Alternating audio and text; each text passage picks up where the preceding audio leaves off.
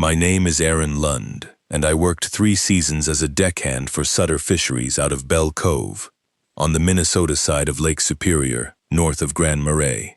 Before that, I thought every dangerous rule on the water had a plain reason behind it. Wear your float coat. Watch your footing on iced steel. Check the bilge before you cast off. Respect the weather because the weather doesn't care what you need. Then Hank Sutter handed me a coffee-stained card on my second morning in Belle Cove and told me to keep it in my oilskins. There were 7 rules typed on it in all caps. The first one said, "We run 3 boats. If you think you see 4, do not count it." I thought it was a local joke. Every place like Belle Cove has them. Harmless rituals old crews keep alive, because men who work the same cold water for long enough get superstitious without admitting they are. I would have laughed if Hank had smiled when he gave it to me. He didn't. He stood beside the wheelhouse window of the Marioness, looking out over the slips with his jaw set the way it always was when he talked about weather or money, and he said, very calm, "You can forget any rule on that card except the first one, and you might still come home. Forget the first one, and the rest won't matter." At the time, I had been in Belle Cove for just under 48 hours. I needed the work. I had a pickup that barely ran, 3 months of payments behind me, and a father in Duluth whose lungs had been giving out in pieces for years. Sutter Fisheries paid cash every Friday until the books caught up. They had a room above the ice house for seasonal help. The work was hard, but it was honest, and I had enough sense not to walk away from honest work because an old fisherman talked like a man with too many winters behind him. I stayed. If I had left that morning, there are 3 people who might still be alive. Belle Cove was the kind of harbor most people passed without seeing. If you drove Highway 61 in summer, you'd get your fill of overlooks and gift shops and painted signs selling smoked fish to tourists. Belle Cove wasn't for tourists. The turnoff was unmarked gravel between spruce and birch, and unless you already knew there was a harbor at the end of it, you'd think the road led nowhere worth finding. The cove itself was narrow and black-bottomed, protected by an old stone breakwall on one side and a finger of blasted rock on the other. There was an ice house with corrugated steel siding, a bait shed leaning a little to the east, a forklift that started when it felt like it, and 3 working slips with power pedestals so old the paint had blistered off them years earlier. On clear mornings you could stand on the breakwall and look out past Gull Point to open water that seemed to go on forever, flat and gray-blue and empty in a way that made a man feel temporary. Sutter Fisheries ran 3 boats.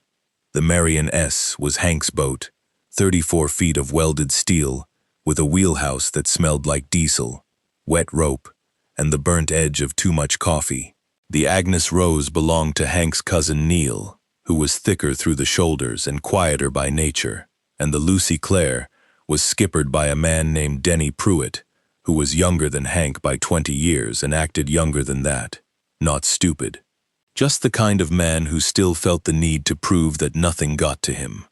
We worked lake whitefish, herring when the water allowed, and whatever else the permits and season gave us room for. The routine started long before daylight. You woke to the hum of the ice machine and the stink of old scales in the drain. You pulled on stiff clothes still damp from the day before. You checked the weather pinned on the board in the bait shed, listened to the forecast on the radio if it was working, then loaded fuel cans, spare cork line, gloves, knives, and the insulated tubs for the catch.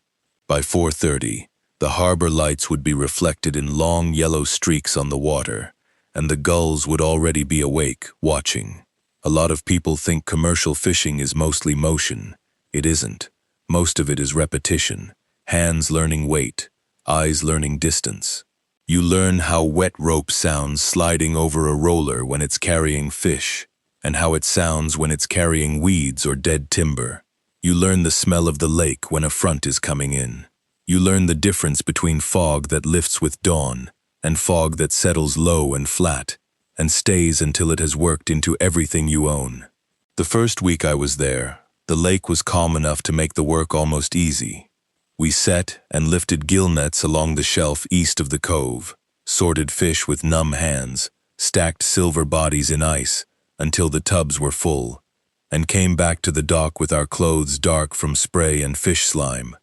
I slept hard at night in the room above the ice house, with the compressor kicking on below me and the smell of saltless cold rising through the floorboards. Bell Cove had its habits. Coffee in the bait shed before launch. No one whistled on the dock. No one said a trip would be quiet before sunrise.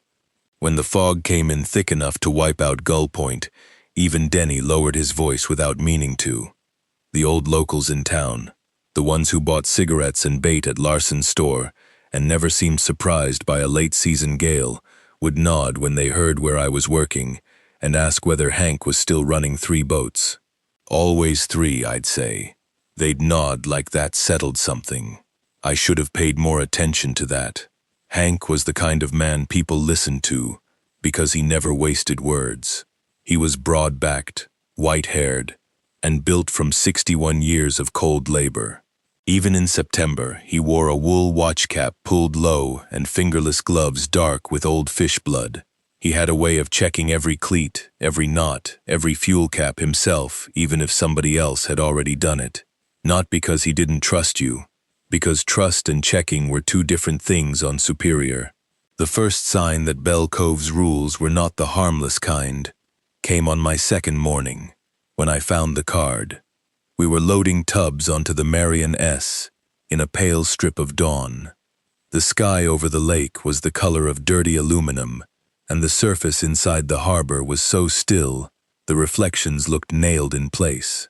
Hank had sent me into the wheelhouse to grab the spare gloves from under the bench seat. When I leaned over, I saw the card tucked beside the first aid box. It was laminated once, years ago, but the edges had split open, and the paper inside had yellowed. The typing was old enough that some letters sat higher than others. We run 3 boats. If you think you see 4, do not count it. If the ship-to-shore radio asks for a tally after sundown, turn it off. Do not answer. If a boat approaches without lights and still throws a wake, keep your eyes down. Do not read the name. If a net comes up heavy and quiet, cut it loose. If you hear knocking under the hull after midnight, stay inside the rails. Do not count the knocks. If someone comes back wet, ask the day and the year before you touch him. Do not take a tow from east of Gull Point in fog. I read it twice, mostly because I couldn't decide whether it was meant seriously. Hank came in before I could put it back. Keep that on you, he said. For what? In case you forget something at the wrong time. I held the card up. This is for me? It's for anybody who works out of Bell Cove. Is this some old family thing? He looked at me a moment, then passed me through the dirty wheelhouse glass toward the slips. No, old family things are easier. That should have been enough for me to stop asking, but I was still new and still making the mistake men make when they think experience belongs to the old and not to the place itself. So what happens if I count 4 boats? He took the card from my hand, slid it back into the pocket of my oilskins himself, and said, "Then from that point on, you'll keep finding reasons to do worse." That was all he gave me. Out on the water, I forgot about it for a while. The work was enough to occupy anybody. We ran east of the cove, lifting lines laid the night before. Fish came up flashing dull silver in the gray morning, twisting in the mesh.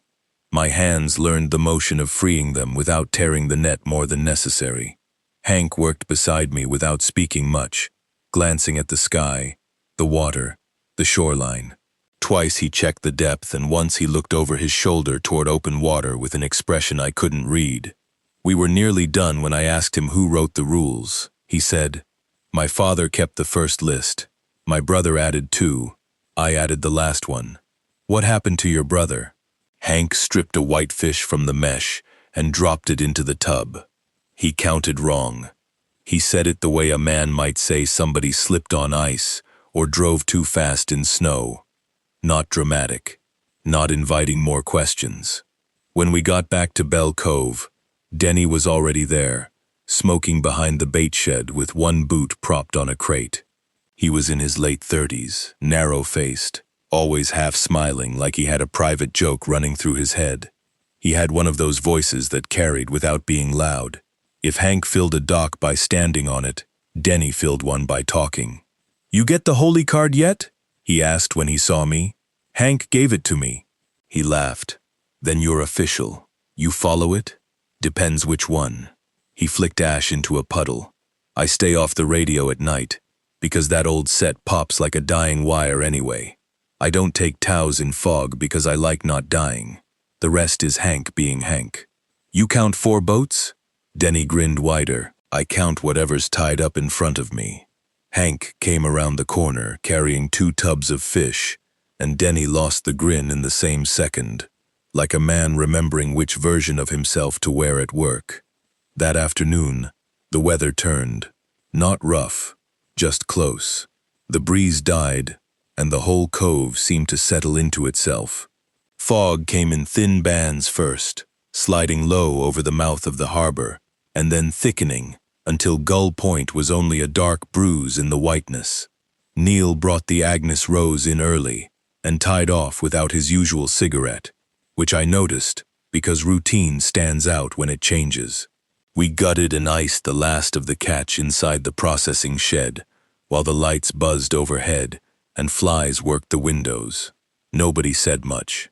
Every so often, I could hear water slapping the pilings outside, slow and hollow. Just before dark, Hank sent me to the bait shed for a spool of line he'd forgotten. The path took me past the slips. I wasn't thinking about the rule. Not really. I was thinking about where Hank had left the reel of nylon, and whether there was enough coffee left to justify another pot. I glanced out over the harbor because anybody would. 3 slips, 3 boats. Marion S. on the inner dock, Agnes Rose on the west side, Lucy Clare on the outer pilings, and another one beyond her. Not tied where a boat could have tied. There wasn't space for it. It sat a little off the dock, too close to the pilings, and too still for the water underneath it. Dark-hulled, low in the water, with a wheelhouse shape I couldn't quite fix in my head. I remember thinking first that Neil had brought in a tender I hadn't seen before, though there hadn't been any engine noise, and then thinking that made no sense, because I would have heard lines thrown, or boots on the dock. The fog moved a little, and I had the plain, stupid impulse to count them. 1, Marion. 2, Agnes. 3, Lucy. My mouth parted for the next number. A hand clamped hard on my shoulder. I jerked and almost dropped the line spool I hadn't even realized I was carrying. Hank had come up behind me without a sound. His fingers dug through the canvas of my coat. "Inside," he said. I looked back at the water. The shape beyond the Lucy Clare was gone.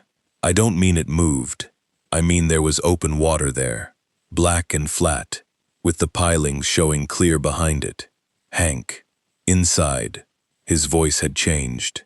Not louder, flatter. The kind of tone that lets you know a conversation has ended before it starts. He walked me straight into the bait shed and shut the door behind us. The place smelled of herring brine, rubber boots, and wet wood. He left the lights off. "What did you see?" he asked. "I thought there was another boat." "You think or you count?" I didn't count. That was the truth. And for a second, some of the strain went out of his face. "Good," he said. "Then don't start now. Stay here until I come get you." "What is it?" He gave the same answer he'd given me that morning, but this time it landed differently. "If you count it, you make room for it." He left before I could ask what that meant. I stood there in the dark bait shed, with the smell of old salt and fish oil in my nose, and the harbor hidden beyond the plank walls. I could hear footsteps on the dock, metal knocking, a gull crying somewhere out in the fog. Once, very faintly, I heard something that might have been a rope pulled slow through a wet fair lead. 10 minutes later, Denny yanked the shed door open and grinned at me. "Get lost? Hank told me to stay in here. He's got you on the nursery rules already." Denny stepped back toward the dock and peered through the fog. "Let me guess. He told you not to count the ghost boat. Did you ever see it?" He laughed once through his nose. "I see 3 boats and a harbor full of old men needing hobbies." Then, before I could say anything else, he lifted his chin toward the slips and called into the fog. 1, 2, 3, 4. Happy now? The effect on me was harder to explain later than the words themselves. Nothing happened right away. No shape moved in the fog. No wind rose. It was the ordinary stupidity of a man making fun of something he didn't believe in. But from out beyond Gull Point, somewhere in the blank white distance, a horn answered. One long blast, not close enough to be in the cove, not far enough to be out on open shipping lanes either. Just a low, rusted sound that seemed to drag itself across the water. Denny's smile failed. He tried to get it back and couldn't. Hank came off the dock at a run faster than I'd seen him move, before or since. Neil was behind him. Hank didn't speak. He just grabbed Denny by the front of his coat and hauled him bodily into the bait shed with me, then slammed the door and dropped the bar. For a little while we all stood there breathing in the dark. Finally Denny said, "Come on." Hank's answer came from right in front of him. "Did you count it?" Denny took too long to answer. I was joking. That isn't what I asked. The silence that followed told me enough. No one worked after that. Hank kept all of us inside until the fog thinned enough to show the harbor lamps again. When he finally let us out, the slips held only 3 boats.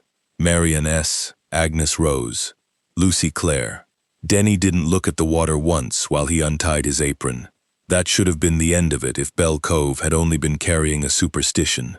Instead, it was the beginning of everything that followed. The first thing that changed in Denny was how often he listened. It started the next morning. We were icing tubs in the processing shed when he stopped mid-sentence and turned his head toward the open side door, like he'd heard somebody call him from the dock. There was nobody there. Wind hissed in the spruce above the harbor. The gulls were raising hell over the offal bin, but that was normal. "You hear that?" he asked. "Hear what?" He frowned. Thought somebody was on the radio. There was no radio in the shed.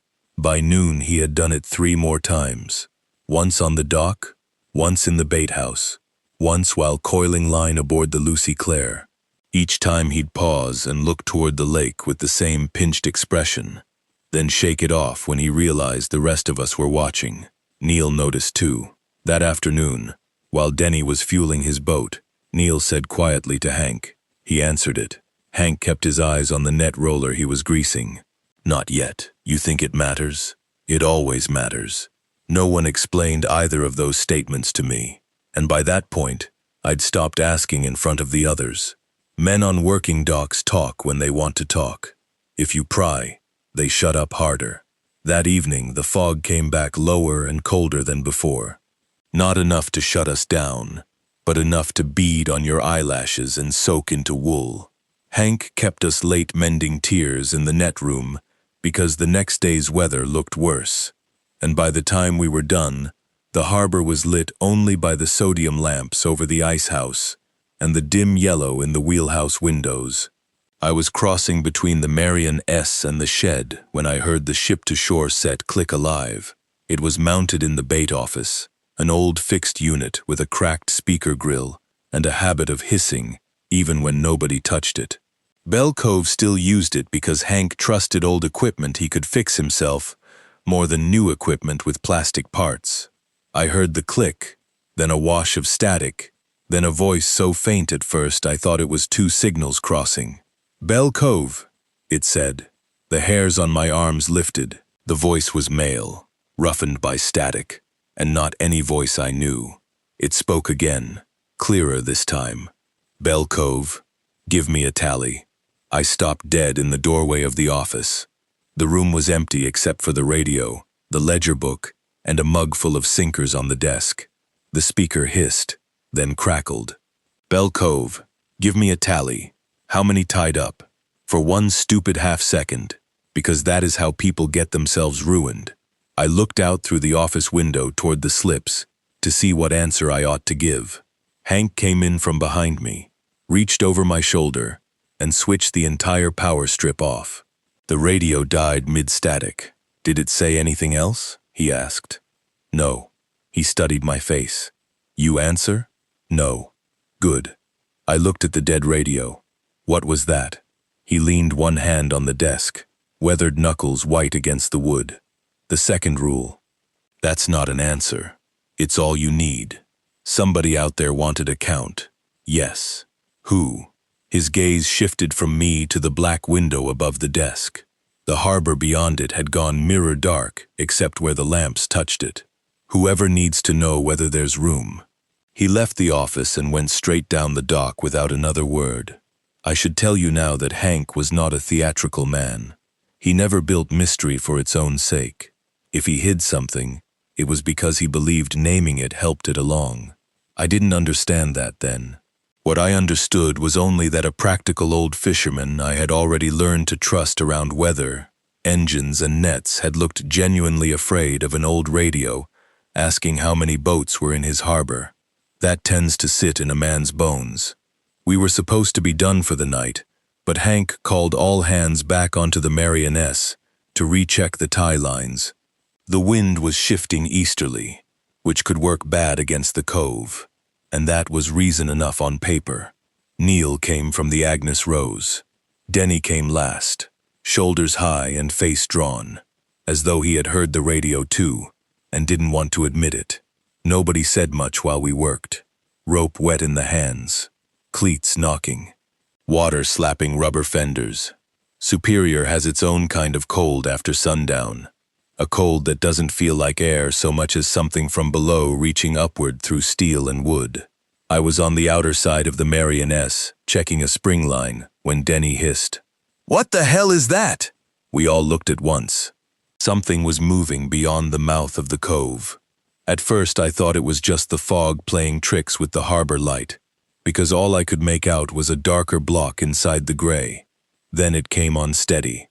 A hull, low and narrow, no running lights, no mast light, no deck light, nothing but shape. And still it threw a wake. That is the part I remember most clearly even now. The water outside the cove was glass dark, but the thing coming across it pushed a V through the surface, as clean as if an engine were driving it, though I never heard one. Just a wedge of ripples parting black water. Hank said, very quietly, eyes down.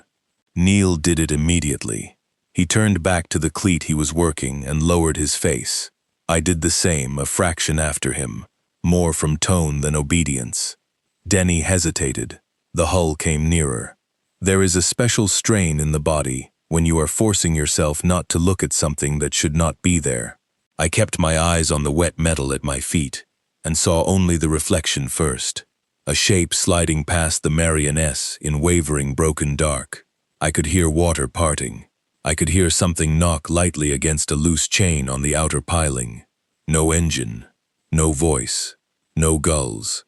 "Do not read the name," Hank said, not to anyone in particular. The unseen hull drifted close enough that the dock boards beneath my boots gave a little complaining shift, as if displaced water had lifted them. Then Denny said too softly, "Jesus." Hank snapped, "Down." I couldn't help it. I looked up, only for a second. The boat was a beam of us, close enough that I could have reached the rail if I leaned. It was old, older than anything working Bell Cove, steel sides streaked with vertical runs of rust and some darker stain beneath. The wheelhouse glass was black. I saw no crew, no registration numbers, no light. But hanging from the starboard side, bumping wetly against the hull, was a line of old cork floats the color of old teeth. There was lettering on the stern. I didn't read it, not fully. I saw the first curve of a painted capital, and then dropped my eyes so hard my neck hurt. The boat passed through the harbor mouth without touching a piling, and kept moving inward where no space should have let it. The wake brushed the dock twice, slow and cold against the boards. Then the sound of water parting faded. After a long silence, Hank said, "Nobody look, nobody count." We stood still for maybe a minute, maybe two. Then he told Neil to finish the lines and sent Denny ashore with orders to stay in the bunk room above the ice house until morning. Denny did not argue. I slept badly that night. The room above the ice house had one small window facing the cove. I covered it with a spare blanket and still thought I could see light working around the edges, though there was no light outside but the harbor pole. Sometime after midnight, I woke because I was sure someone had walked the catwalk outside my door. I listened and heard only the compressor below and the little dry tick of cooling pipes. Then, from far off over the water, a radio voice whispered my harbor's name. I told myself I dreamed that part. The next day, Denny was gone for almost an hour before dawn. Nobody knew it at first, because we all assumed he was aboard the Lucy Claire, getting his gear ready. When Neil went over to borrow a wrench, the cabin was empty. His gloves were there. His lunch tin was there. The coffee in his thermos was still hot. Hank found him standing alone at the far end of the breakwall in the dark, looking out through the fog toward Gull Point. He brought him back by the elbow like a sick man. Denny wouldn't say why he'd gone there. He looked exhausted in a way no missed sleep accounts for, his face gray around the mouth. When Hank asked him whether he had heard the radio in the night, he said no too quickly. We should have sent him home.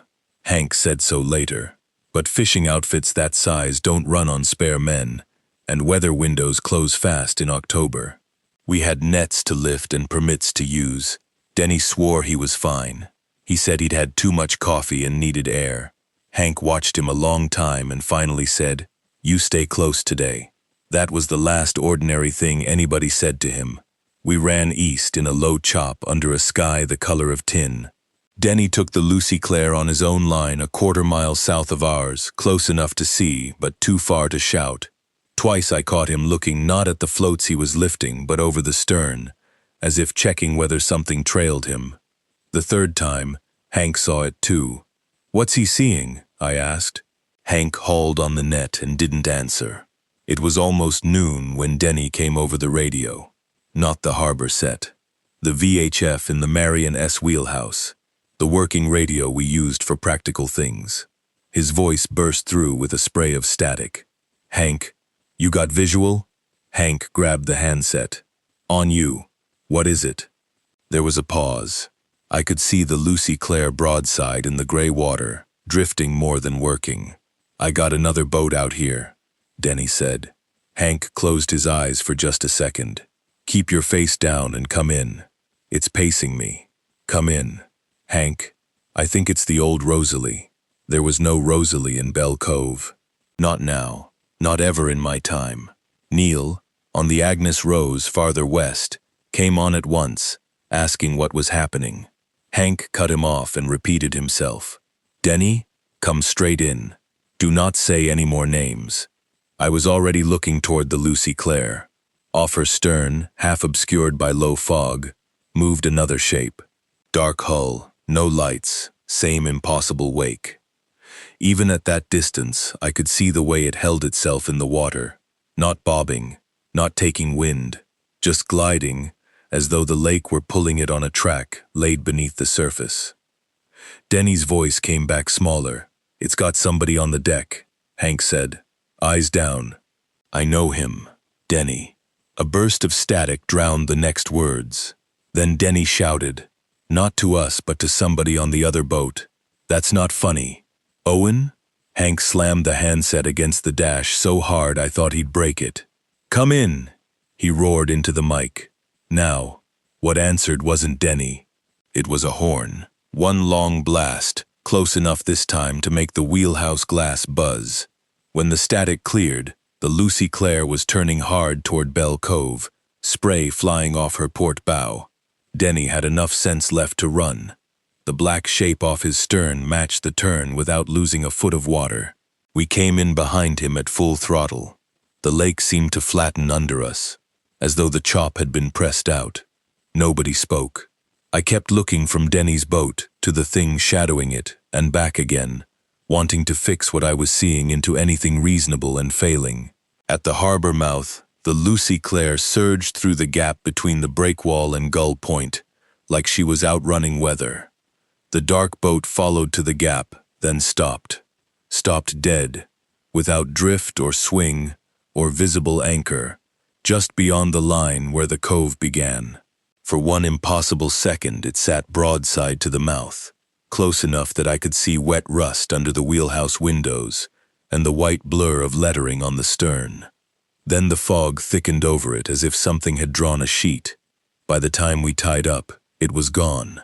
Denny was trembling so hard he missed the first heaving line he threw to the dock. When Hank got him ashore, he shoved him straight into the office and shut the door. Neil and I stayed outside, pretending to work because men do that when they are trying not to listen through thin walls. I heard Hank's voice once, low and furious. I heard Denny say he was standing there, and then I know it was Owen. Owen, I understood then, was Hank's brother. When Hank came out again, he looked 10 years older. What did he see? I asked. Hank wiped one hand down his face. Something that wanted to be seen. That evening, Denny asked for whiskey. Hank refused him, said he needed sleep and a clear head. Denny laughed at that, but there wasn't any humor in it. He stayed in the bunk room above the ice house after dark, with the door bolted from the inside. I know, because I checked once on my way to the head and saw the bolt shadowed under the frame. Just after 1 in the morning, the ship-to-shore set in the office came alive again. I was awake this time. The room above the ice house sat over the dock office, and through the floorboards I heard the faint click, then static, then the speaker carrying upward through the planks. "Bell Cove," the voice said. "Give me a tally." I rolled out of bed and crossed to the door before my mind caught up with my body. By the time I opened it, Hank was already below in the office with the power strip in his hand. The voice came again before he could kill it. "Bell Cove. I count 1, 2, 3. I'm missing one."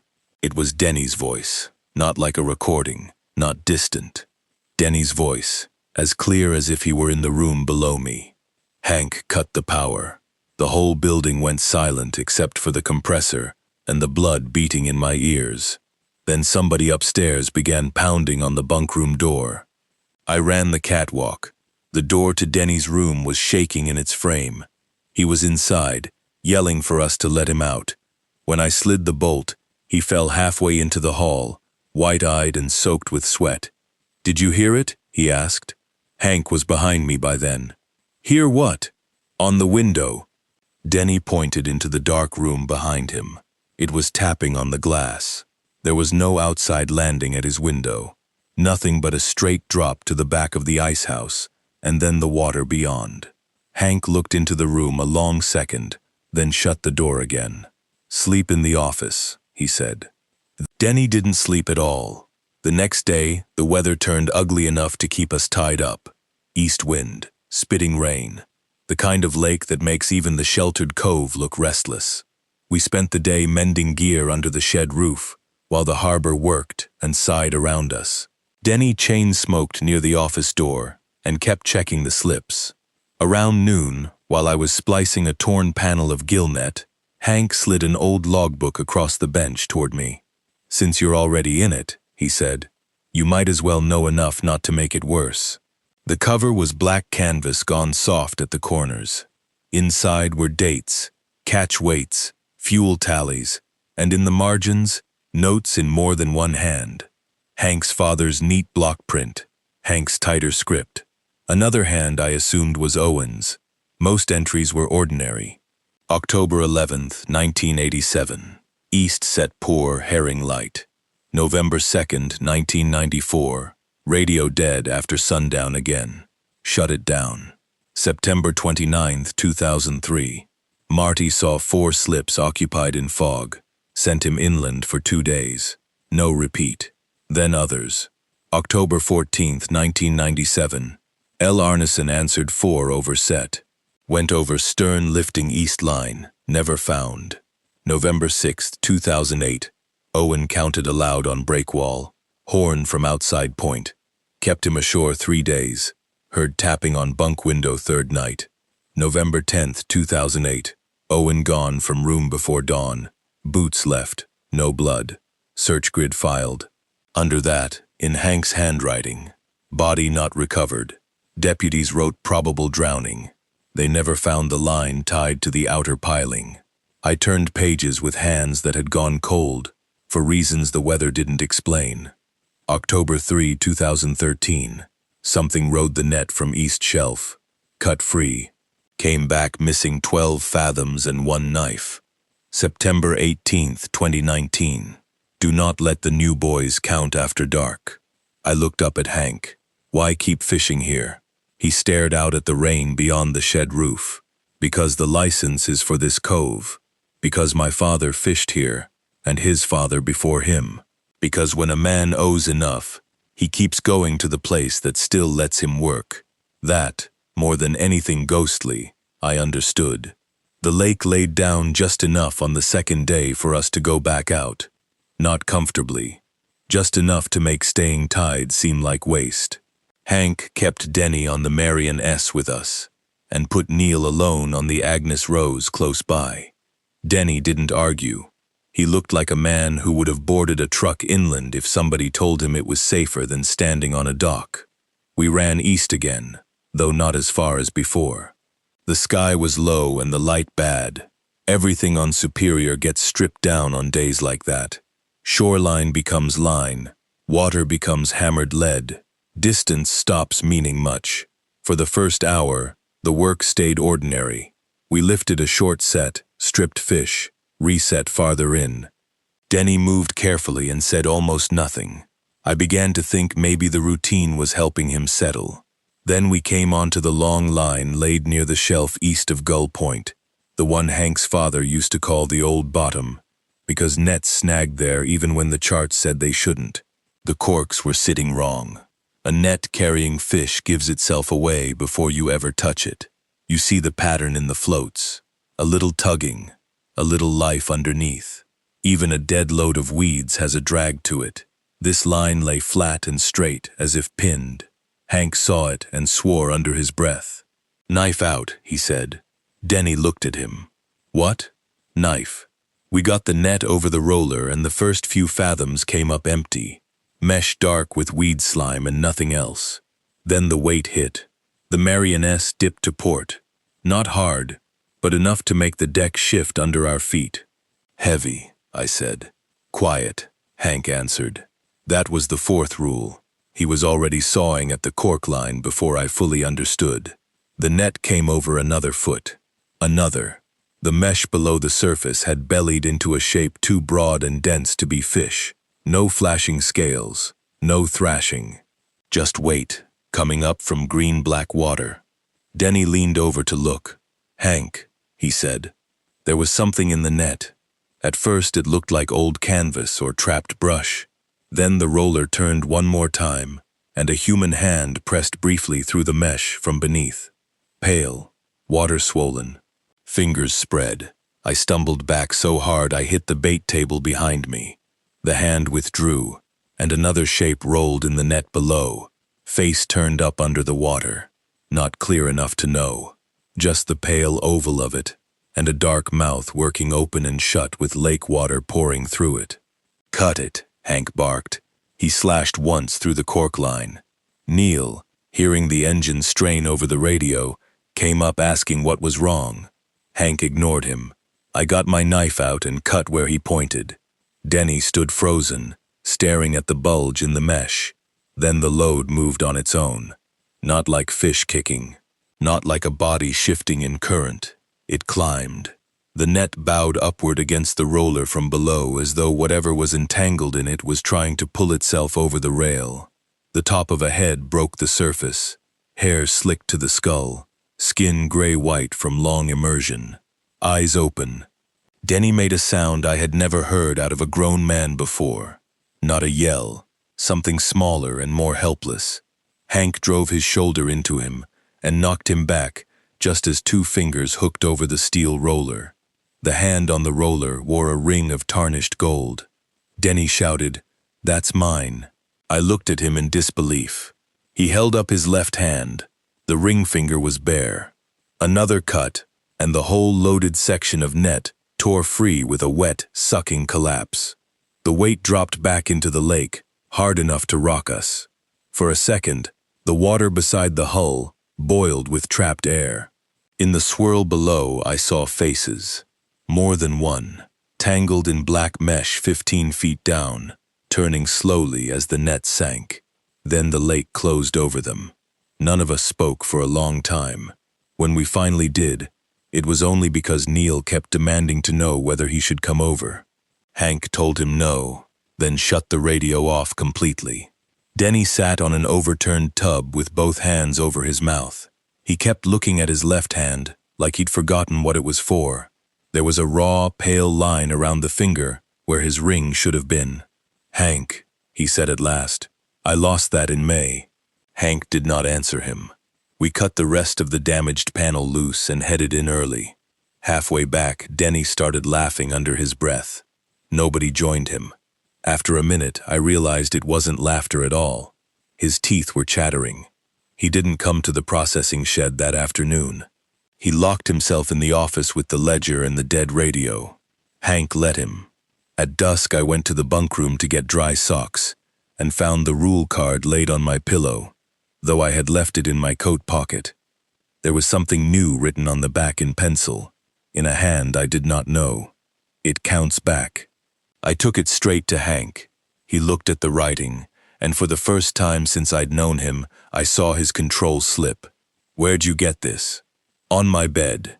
He checked the point of the pencil lead with his thumb, as if fresh graphite told him anything useful. "You show Denny?" "No. Don't." "Who wrote it?" His eyes moved to the dark window. "Somebody who learned too late." That night nobody slept in the bunkhouse. Hank put all three of us, him, me, and Neil, in the office on cots, and Denny in the wheelhouse of the Marioness, where Hank said he'd be safer with water under him and company close. Denny agreed too quickly, which told me he had heard or seen enough on land. Rain came in after midnight. Not heavy, just enough to drum on the metal roof and make every sound outside blur into the next. Sometime around 2 I woke, because the Marioness's dock lines gave a sharp complaining groan. Then came the knocking. 3 light knocks, close under the office floor. A pause, 3 more. Neil sat up on his cot at the same instant I did. In the dim light from the emergency lamp, his face looked carved. The knocks came again. Not on the dock, not on the office wall. From below, from the hulls tied against the pilings. Wet and hollow, like knuckles on the underside of a coffin. Hank was already awake. "Nobody move," he said. The knocking shifted from one hull to another. I could tell by the sound, from the Marioness to the empty side of the dock. Then farther down, under the Agnes Rose, slow, patient, Neil whispered, "How many?" Hank cut him a look that shut him up. The thing about knocks in the dark is that the mind wants to order them, count them, find a pattern. I understood then why the rule existed. Numbers make people feel safe, even when they shouldn't. If you can count something, you think you know the shape of it. Outside, under the rain, something moved along the waterline from boat to boat and announced itself only by touching them. 3 knocks under the Marioness, pause. 3 under the Agnes Rose, pause. Then 4 under the empty outer pilings where no boat was tied. Every skin on my body tightened. Neil breathed, "Jesus Christ." The office window looked out across the slips. Rain streaked the glass. Beyond it, the cove was mostly black except for the pole light smearing weak gold across the dock boards. I could see the 3 working boats rocking lightly against their fenders. And beyond the Lucy Clare, at the outer edge of the dock, I could see the shape of another hull rising and falling with no line on it. Hank saw where I was looking and grabbed my wrist so hard it hurt. "Don't fix on it," he said. The knocking stopped. For maybe 15 seconds, all we heard was rain and rigging. Then from the Marioness came the sound of a man shouting, "Denny!" We were moving before Hank could stop us. He cursed and shoved open the office door. Rain hit us cold and slanting. We ran the dock to the Marioness, with the planks slick under our boots. Denny was in the wheelhouse doorway, white-faced and soaked to the knees. "It's under the boat," he said. "It kept hitting the hull. Inside, Hank snapped. Denny didn't move. He was staring past us toward the outer pilings. I followed his gaze despite myself. A man was climbing the swim ladder of the Lucy Claire. No splash, no struggle. He came up with slow certainty, both hands on the wet aluminum rails, sleeves streaming water. In the pole light, I could see his face in pieces as he lifted it. Skin blanched gray with cold, lips dark, eyes open too wide. For 1/6 I thought it was Owen, because I had seen his photograph in Hank's logbook earlier that day. Then I realized the face was wrong. It was Denny's face, or close enough to freeze the blood. The thing on the ladder wore Denny's red cap, darkened almost black with water. It lifted one knee onto the platform and stood dripping on the transom. Denny made a noise behind me like he might be sick. Hank said, very distinctly, "What day is it?" The figure on the transom smiled without warmth. Water ran off its chin. "What day is it?" Hank repeated. The figure cocked its head. "What year?" Hank asked. For the first time it answered, 2008. Hank shoved Denny backward into the wheelhouse and slammed the door. "Lock it!" The thing outside stepped once onto the deck of the Lucy Claire. The boards gave under its weight. Even through the rain, I could smell the lake on it. Cold iron, mud, rotting weed dragged from deep water. Neil reached for the mooring line between the Lucy Claire and the dock, as if to cast her loose and put distance there. Hank grabbed his arm. "No," he said. The figure took another step. It left wet prints on the deck, each print filled with dark water instead of thinning. "What do we do?" I asked. "Nothing." It kept coming until it reached the midships rail facing us across the narrow gap between boats. There it stopped and looked from Hank to me, to the real Denny visible in the wheelhouse window behind us. Then it raised one hand and tapped twice on the rail. Denny screamed inside the wheelhouse. The thing smiled again, turned, and walked aft. It went down the swim platform and into the black water without a splash. We stood there for a long time after it was gone. Rain collected on the brim of Hank's cap and ran off. Neil crossed himself without realizing he was doing it. From inside the wheelhouse, Denny kept making a low, animal sound until Hank went in to quiet him. The next morning, Cook County deputies stood on the dock with yellow rain gear and clipboards because Bell Cove had called them at dawn. Not for a haunting. Hank was too practical for that. He called because Denny was no longer fit to work, barely fit to stand, and because the wet footprints on the Lucy Claire's deck had not dried by sunrise. The deputies wrote down what they could write down. Distressed crewman, sleep deprivation, possible alcohol issue, though Denny hadn't had any. They looked at the footprints and said maybe a prank. They looked at Hank's face and stopped saying it out loud. Denny refused to leave until noon. Said the road north felt worse than the dock. Said if he stayed near the water, at least he could see it coming. In the end, Neil drove him inland himself in the company truck, with Denny's duffel bag and tackle box thrown in the bed. He never made it to Grand Marais.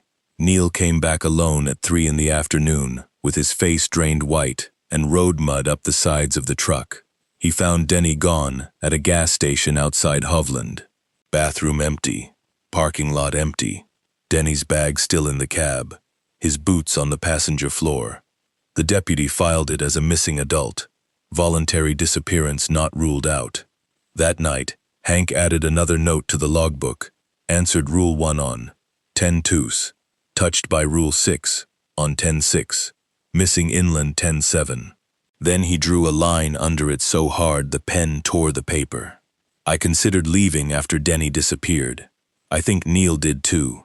The only reason I know he did is because he asked Hank once, in a voice gone flat from exhaustion, "Why stay open another day?" Hank answered, "Because if we all walk inland at once, it follows something else home." Neil did not ask him to explain.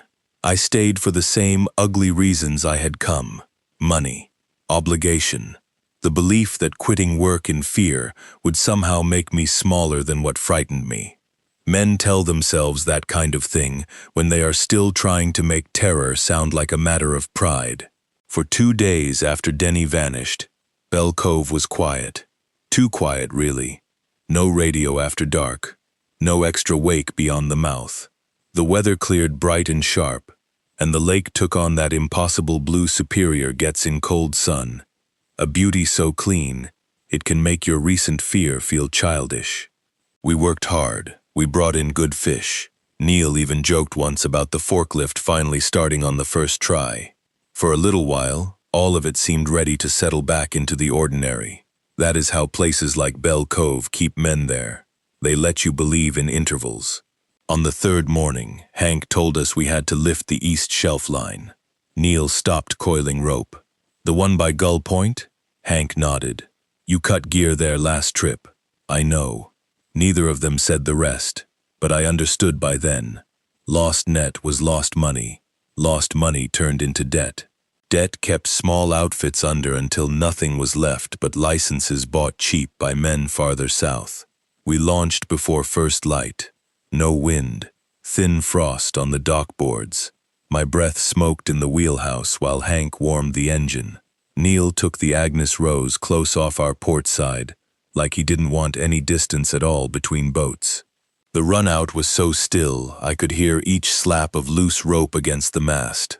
We found the first markers just east of Gull Point, where the depth shelf dropped. The floats rode low but not wrong. Hank said nothing, only set the roller and nodded for me to take the line. It came up clean for the first 20 fathoms. Then fish. Good fish. Whitefish and a few herring.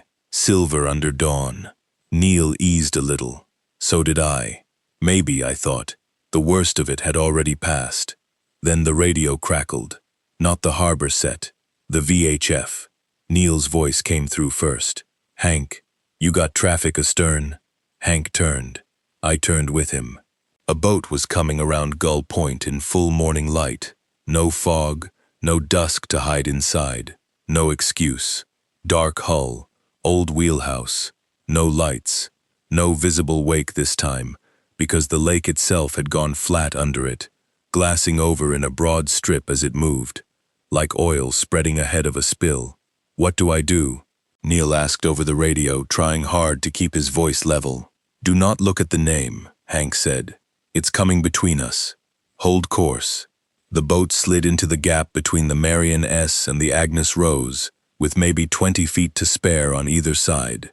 Too close for courtesy. Too close for safety. I kept my eyes on the net roller and still saw enough in the corner of my vision to know the hull was pitted with rust and draped here and there in long trailing strands of weed. Something struck our side with a soft, wet bump. Not the hull. Something hanging from it. Neil swore over the radio. There's a line on it. Hank said, do not touch it. Too late. The line had already snagged the Agnes Rose's bow rail. Neil's deckhand that season was a college kid from Two Harbors named Matt, there for tuition money, and too new to fear what he hadn't been taught. He leaned down to free the snag. Matt! Neil shouted. The line jerked tight. Matt vanished. I saw him there, one boot on the gunwale, gloved hand reaching. Then the black line came alive like muscle and snapped outward. He went over the rail so fast, the eye could barely keep up. 1 second human. Next second, empty space and a burst of white spray. Neil screamed his name. Every training and instinct in me said man overboard, throw ring, cut engine, turn hard. Hank did none of it.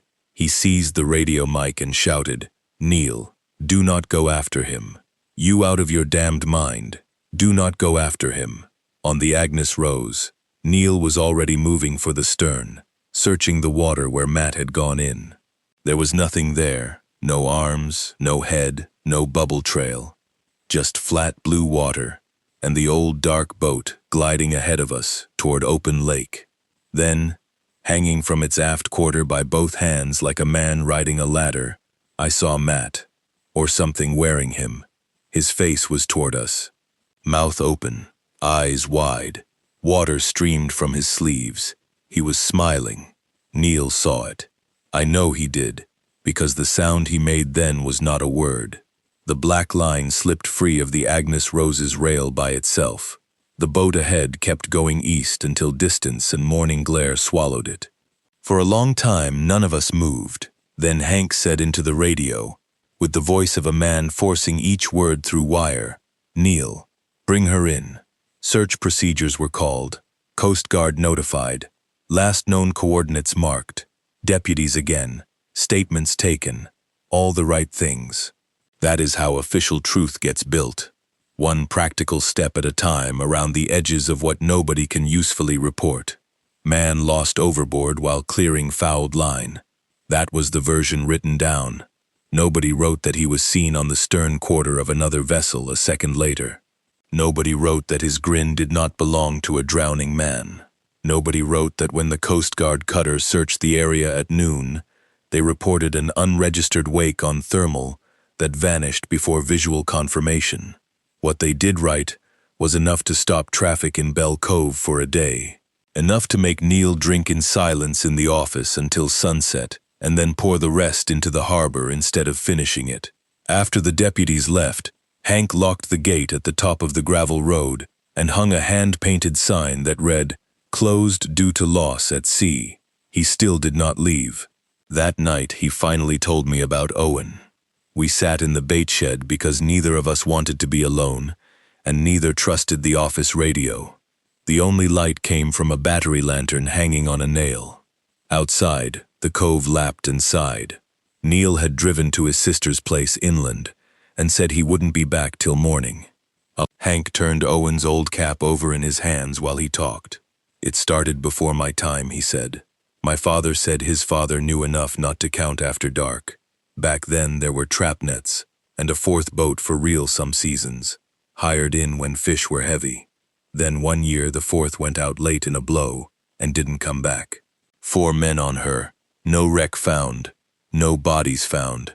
After that, Bell Cove still kept finding 4 boats in weather when only 3 were tied." He looked toward the black window. "My father thought it was grief, making patterns.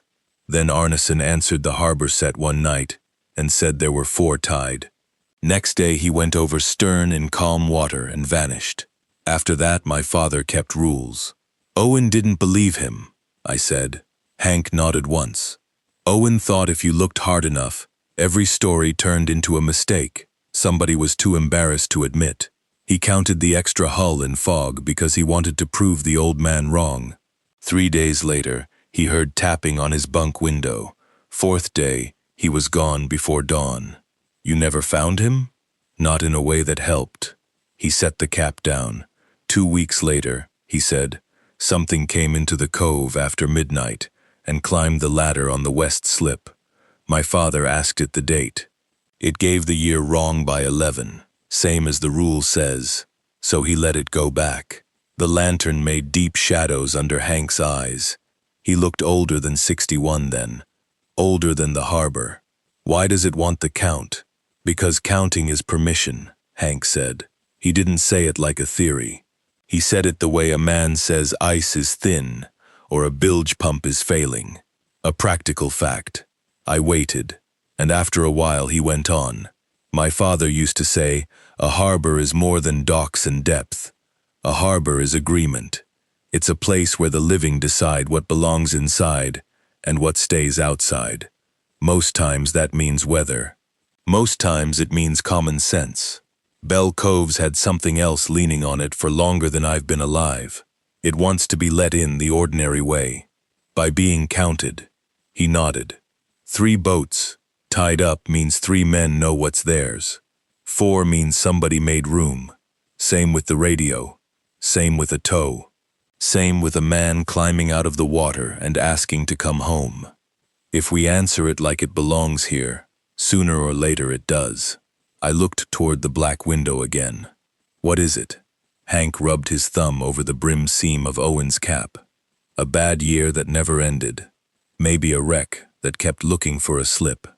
Maybe all the people Superior kept and didn't finish with. My father thought it was tied to the first 4th boat that went missing. Owen thought that was nonsense. He said grief doesn't build rules. Maybe he was right. Maybe it found grief useful. That was as close to explanation as I ever got. The next morning, Neil came back to Bell Cove before sunrise with the kind of face a man wears after deciding he has to keep functioning whether he wants to or not. He didn't apologize for leaving.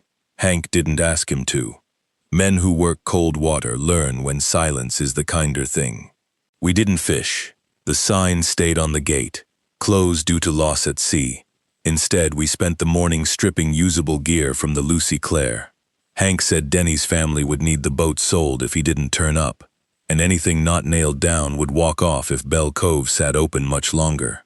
It felt wrong being aboard her after what we'd seen, but wrong had stopped being a useful standard there.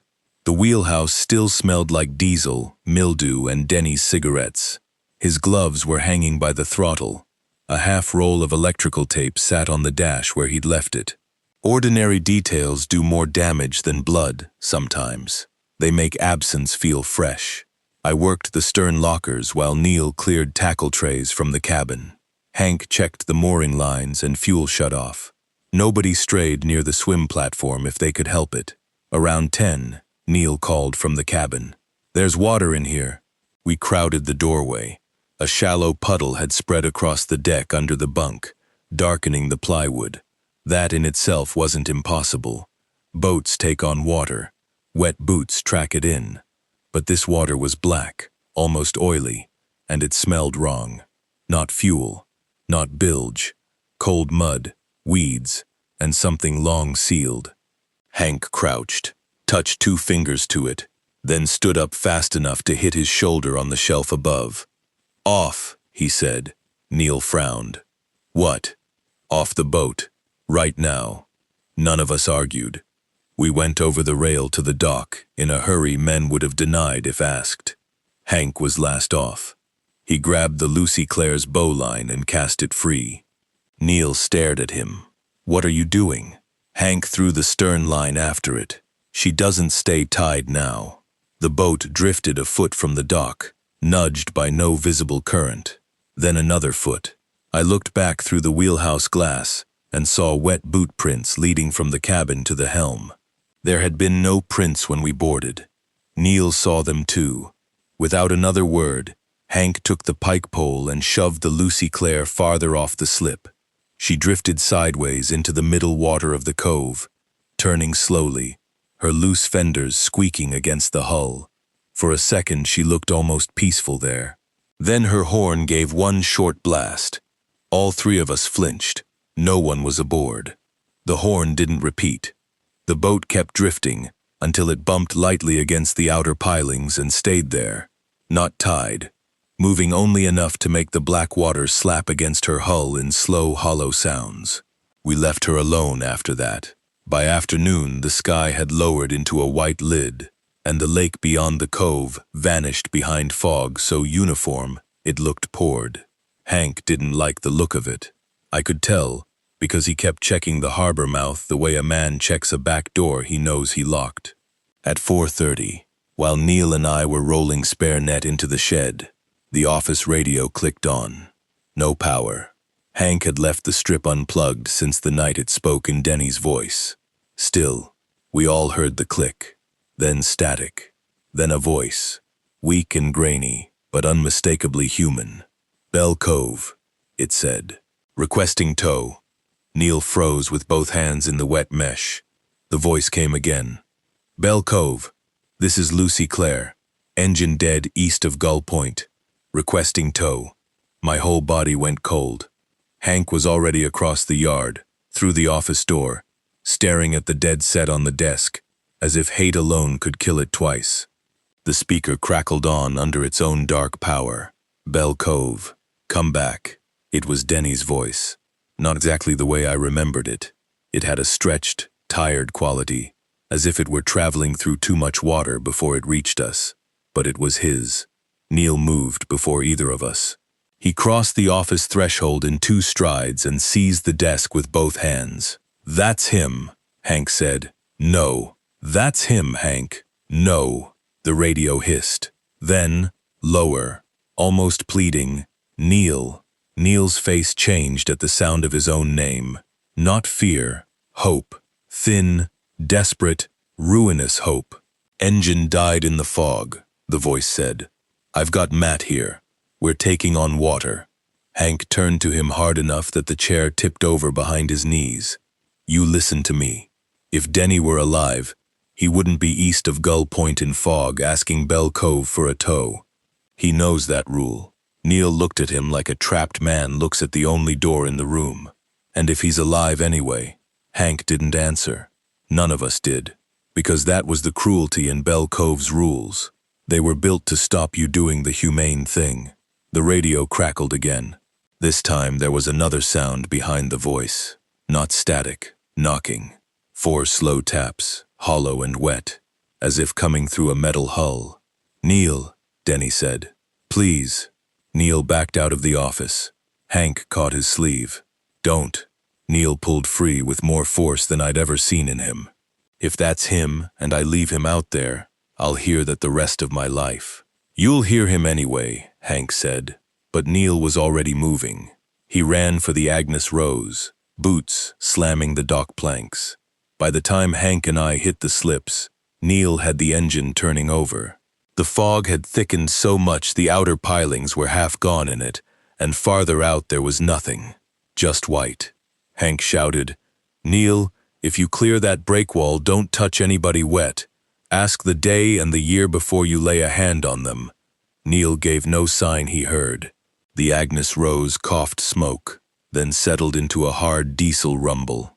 He cast off one line, then the other, and backed her out with more throttle than the cove allowed. Her stern wash slapped the pilings.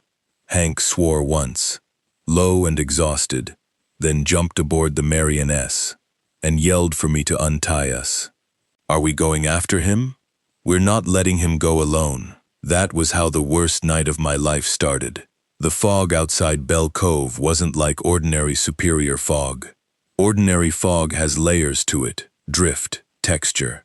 This was flat and complete, a wall of cold white that swallowed the harbor mouth and gave nothing back. The Marion seas nosed through it at bare steerage, radar on, horn silent. Hank kept one hand on the wheel and the other on the throttle, leaning forward as if that would let him see more than the windshield gave him. We picked up the Agnes Rose on radar first, then, as a dim shape off the bow, maybe 100 yards ahead. Too close for comfort, too far to reach by voice in that muffled air. The lake was dead calm, no chop, no wind slap, no gulls, just the deep engine note and the hiss of our own bow dividing water that looked black where the fog let it show. Hank spoke without looking at me. If anything comes alongside, you keep your eyes below the rail. If Neil stops, you do not jump over no matter what you think you see. That radio was Denny. I know what it sounded like. He said nothing else for a while. Then, quietly, if I tell you to cut a line, you cut it fast. We rounded east of Gull Point by compass and shoreline memory more than vision. The rock itself was only a darker smear in the white. Beyond it, open water widened under us, though you would never have known from the view. The Agnes Rose's stern light blinked once ahead, then vanished.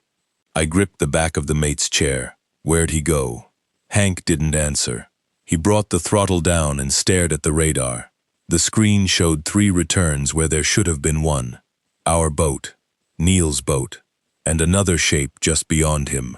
Longer, broader, holding the same course at the same speed. Hank reached over and switched the radar off. I stared at him. Why? Because I only need one of those returns to get us killed. That answer made no sense until later. By then, it was too late to matter. A horn sounded ahead. One long blast. It came through the fog so close, the wheelhouse windows trembled. Then I saw them. The Agnes Rose was 50 yards off our bow, dead in the water. Beside her, close enough to touch, sat the Lucy Claire. Her running lights were dark. Her cabin light glowed dim yellow through wet glass. And beyond both of them, barely visible but vast in the whiteness, loomed the 4th boat. No light on her, no sound from her engine, just height and rust-dark mass, sitting wrong on calm water. Neil was on the aft deck of the Agnes Rose, with a tow line in his hands. Across the gap, on the stern of the Lucy Clare, stood Denny. He was soaked through, cap black with water, jacket hanging heavy. One hand braced on the rail like a tired man trying to stay upright. For one terrible moment, he looked alive enough to save. I understood then why rules like Hank's lose men. Because the thing they imitate is never grotesque from a distance. It's the familiar shape that kills you. Hank threw the wheel over and brought us in hard enough that the Marion S's hull rang when it took our own wake. "Neil," he shouted. "Ask him." Neil didn't look back. He tossed the line. Denny caught it cleanly. Water streamed from his sleeves but made no sound on the deck. Hank shouted again, louder. "Ask the day and the year." This time Neil turned, furious. If he's standing there, what the hell difference does it make? The difference between a rescue and a handing over. Neil looked back at Denny. For the first time I saw uncertainty touch his face. "Denny," he said, "what day is it?" Denny smiled faintly, as if relieved by the question. "October 10th. That was wrong. It was the 8th. Neil hesitated. "What year?" Hank barked. Denny's mouth opened. 2008, he said. Everything in the fog seemed to tighten. Neil's hands slackened on the line. Too late. The rope between the Agnes Rose and the Lucy Clare went bar-tight in a single violent jerk, not from either boat's engine, but from somewhere beyond them both. The fourth boat moved. No build-up. No engine rev. It surged forward out of the fog like a thing released, and only then did I see that another line ran from the bow of the Lucy Clare into its darkness. The Agnes Rose lurched toward it. Neil went down on one knee. The tow post screamed under strain. "Cut it!" Hank yelled. I was already moving for the deck with my knife in my hand. By the time I hit the stern, the line to the Agnes Rose was dragging her bow first toward the dark hull beyond the Lucy Clare. Neil hacked at it with a bait knife, but the rope was under too much tension and every stroke glanced. Then Matt stood up behind him. I do not know whether he came over the rail or out of the deck shadows. 1 second Neil was alone. The next there was a wet figure at his shoulder in a yellow slicker, head tilted, smile showing too many gums. Neil saw him and froze. Matt laid one dripping hand on Neil's back. Hank shoved the Marion S across the Agnes Rose's stern until our rails nearly kissed. "Jump him over," he shouted. I lunged, caught Neil by the collar and hauled. He came half across the gap before the line jerked again. The Agnes Rose slewed sideways. Neil slammed chest first into our rail, breath blasting out of him. Behind him, Matt's hand slipped from his coat and closed around the tow line instead. Where it touched, the rope darkened as if soaking up old water. Hank rammed the throttle forward. The Marion S shoved against the Agnes Rose broadside, buying me one more foot. I got both hands under Neil's arms and pulled him onto our deck in a mess of rain gear and boots. "Line!" Hank shouted. I turned. The rope between boats had wrapped over our stern cleat in the chaos. If it held, we'd go with them. I dropped to one knee and slashed. The first cut bit halfway through. The second parted it. The released end snapped away into the fog so fast, it burned the back of my glove. Freed from our drag, the Agnes Rose shot forward toward the Lucy Clare. Neil rolled onto his side beside me and screamed Hank's name. I looked up in time to see Denny step off the Lucy Clare's stern rail and onto the bow of the fourth boat without a splash, as if crossing solid dock boards. Behind him, more figures were standing in the fog dark on that rusted deck. 3, 5, maybe more. Wet coats, bent heads, faces pale as fish bellies. One of them wore Owen's cap.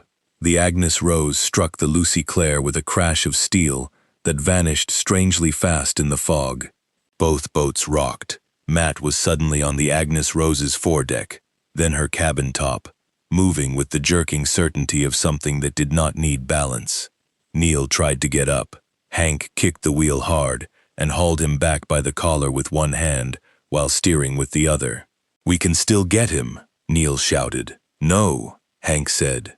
The single word in his voice ended argument better than any explanation. Ahead of us, the fourth boat's shape turned broadside. For 1 second the fog thinned along her stern, enough for white paint to show through rust. I almost read it. I know I almost did, because every nerve in me reached toward those letters with the same helplessness a tongue reaches a broken tooth. Then Hank let go of Neil, came out of the wheelhouse, and struck me across the face hard enough to spin my head away. The pain snapped the urge clean in half. "Stay down," he said. He vaulted back to the controls and drove the Marioness straight between the drifting Agnes Rose and the dark hull beyond, not to ram it fully, but to throw wake where the water had gone unnaturally still. That finally produced sound, not engine noise, voices.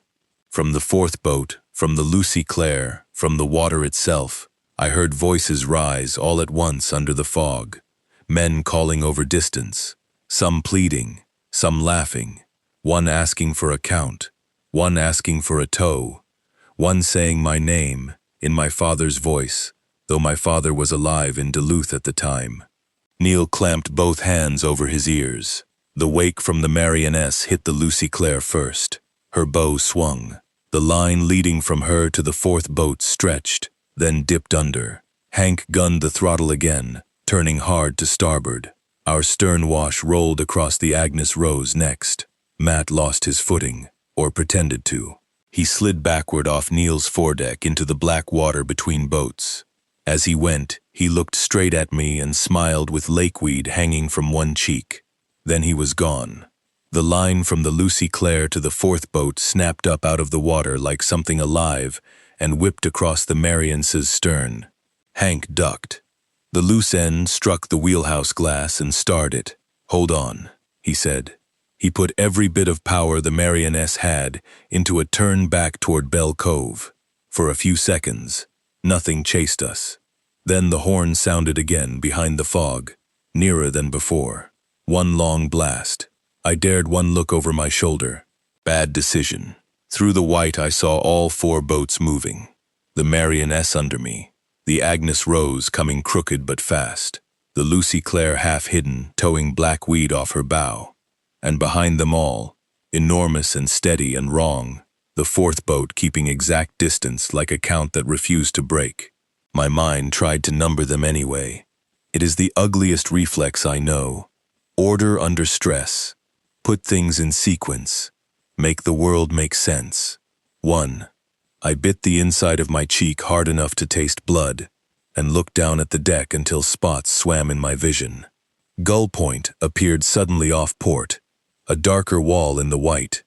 We were closer than I thought. Hank cut inside it by instinct more than sight. The cove mouth should have been there. It wasn't. Only more fog.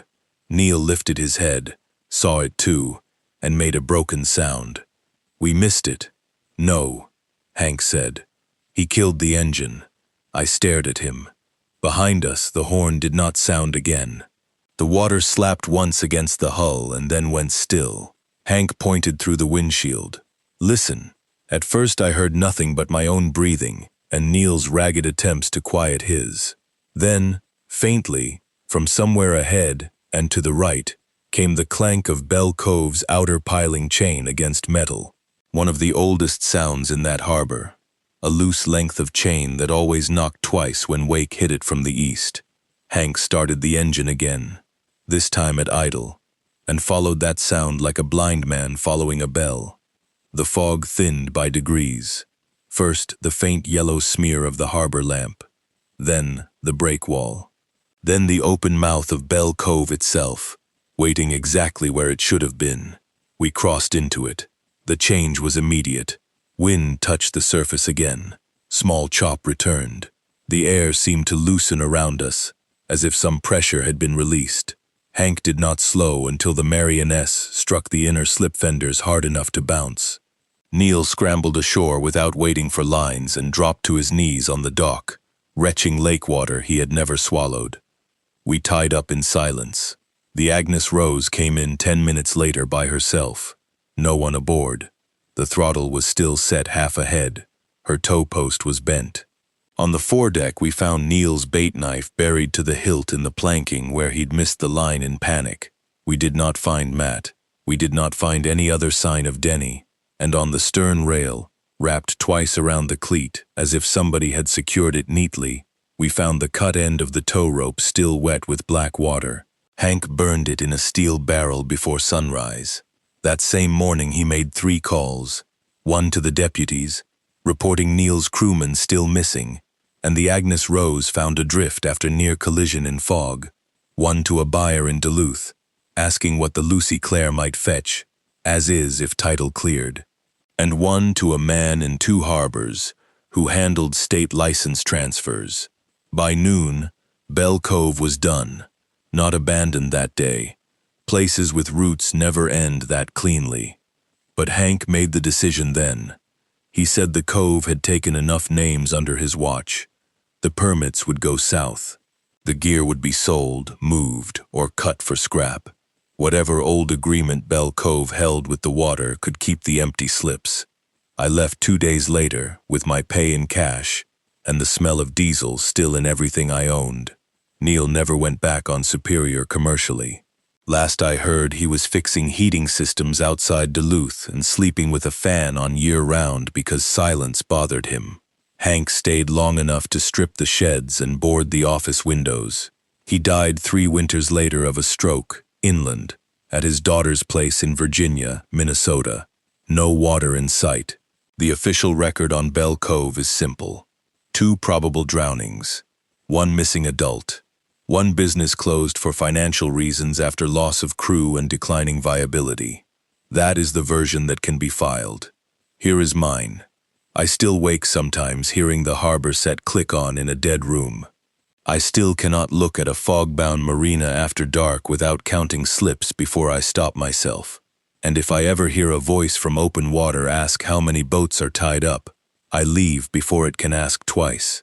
Because the part that troubles me most isn't what followed us in Belle Cove, it's this. When we came back through the cove mouth that last night, the harbor lamp was on.